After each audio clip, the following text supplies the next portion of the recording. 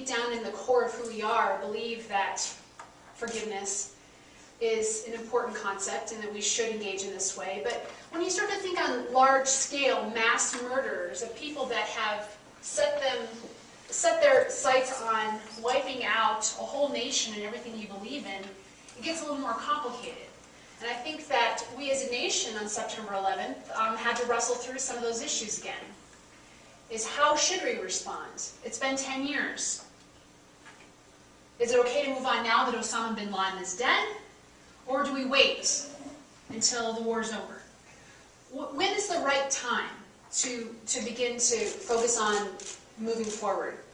And I know in my own journey, I mean, for us as a family, the words war on terror were already firmly embedded in our consciousness well before 9/11. I mean, my brother was killed on December 21st, 1988. And if you remember this tragedy, you probably remember that before the Lockerbie bombing, most of the terrorist acts that happened around the world were more like hijackings and things like that. There weren't a lot of these kinds of terrorist attacks. And so I was 18 years old when it happened, and so I was forced, as a young person who's still trying to figure out who I am in life, to wrestle through complex issues on how do I respond in such a situation? What would be the most proactive or effective way to prevent these kinds of things from happening again?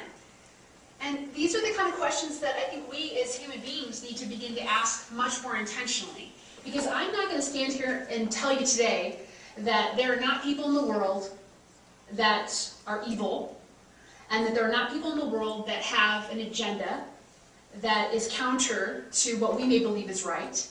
I'm going to tell you the opposite. There are people all over the world who have an agenda that is inconsistent with what we believe